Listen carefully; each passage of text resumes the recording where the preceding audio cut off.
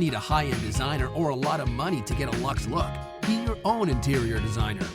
This is Affordable Interior Design, the podcast. Here's your host, Betsy Helmuth.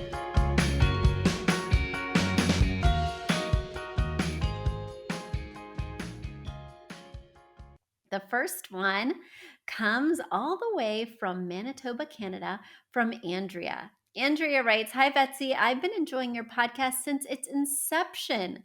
Yours was the first interiors podcast I started listening to, and I'm still happy every time I've seen that you've dropped a new episode.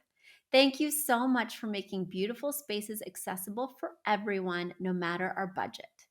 Now to my question. I live in a 2008 bi-level with my husband and 3 teenage sons.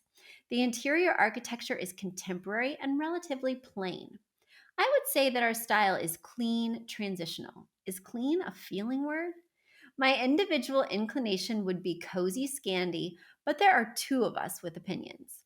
My question has to do with the hallway that connects the main living, dining, kitchen spaces to the bedrooms and bathroom on the main floor. It was previously just a white hall with 2 basic flush mounts for lighting.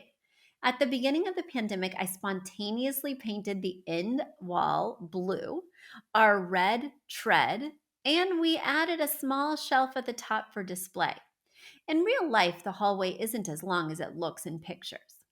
The unexpected pop of color and fun art makes me smile, but it is pretty random with the rest of the hall being white and the bland fixtures. I'm not sure that the 2 pictures work in the hallway, or maybe not even the shelf because it's too high. The challenge is that there's a light switch in the middle of the wall that we use, so we can't cover it.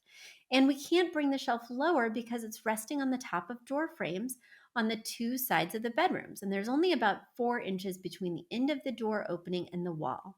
Do you have any ideas for this hallway that it would make it interesting and still have it blend with what's happening in the rest of the house? I've attached pictures of the hall, the dining area, the living room.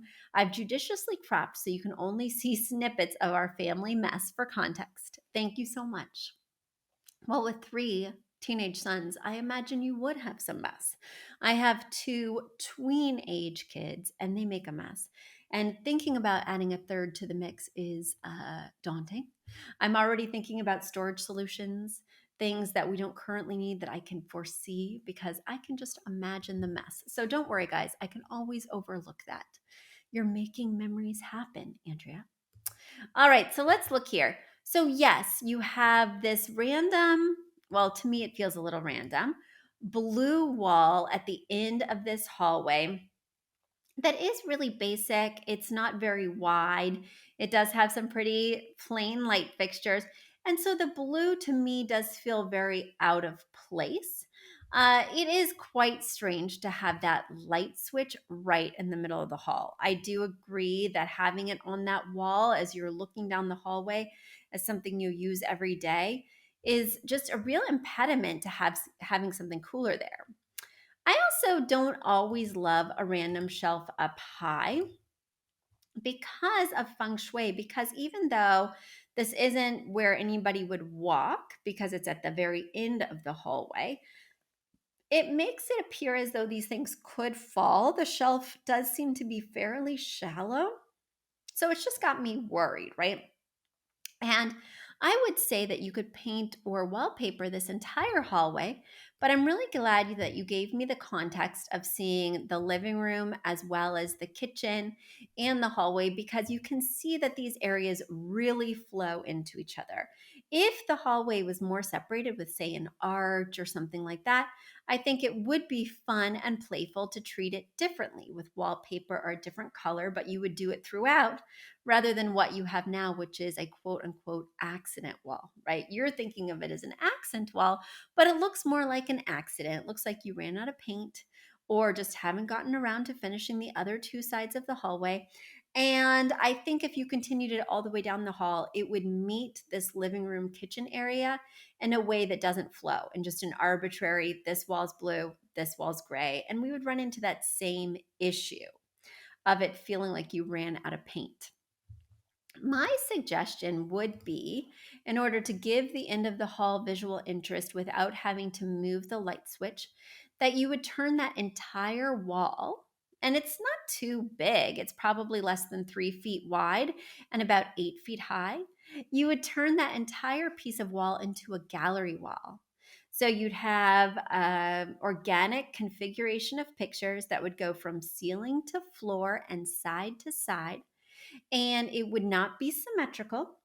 You could have all the same color frames, like you've got started here with the black, but with colorful photos inside. I do think that the hallway could use a little bit of color, so I like the idea of the color photos. But you could just incorporate the light switch as one of the rectangular or square sort of shapes in that gallery wall. I think that would be a really cool, eye-catching way to make this wall more interesting. I would paint the wall the color the rest of the hallway. And then I would consider doing a runner down the hallway that has some colors that are found both in the living room and in the pictures at the end of the hallway. That'll kind of tie the two spaces, together. And these light fixtures are pretty boring. They look like Home Depot or IKEA specials. So I would definitely be inclined to switch out those two fixtures for something a little bit more interesting. But I wouldn't want to do anything that drops too much because you don't have higher than normal ceilings. It doesn't appear. So I would still keep it a flush mount, not even a semi-flush, certainly no kind of pendant or chandelier, but have two modest but more interesting light fixtures, a hallway runner that goes the entire length of the hallway with some color, and then some pictures at the end of the hallway that are beautifully organically arranged so that they do cover a lot of that wall, right? So that it feels really purposeful and it feels like the wall is actually the boundary of the gallery area. Andrea, that's going to solve all your problems. Isn't that exciting? And I think the rest of your home is on its way. So there you go. That's really my solve for this space. A big thank you to Aton and the Embassy, who wrote our theme song. A shout out to Catherine Heller, who owns the podcast shop and is our editor extraordinaire. We also want to thank Ginny Sunasan and her team at the Savvy Podcast Agency for their help with our social, our YouTube channel, and so much more. We also want to thank Uploft, which is our parent company who supports this podcast. And lastly, we owe a huge debt of gratitude to you. Thank you so much for tuning in and for all your support.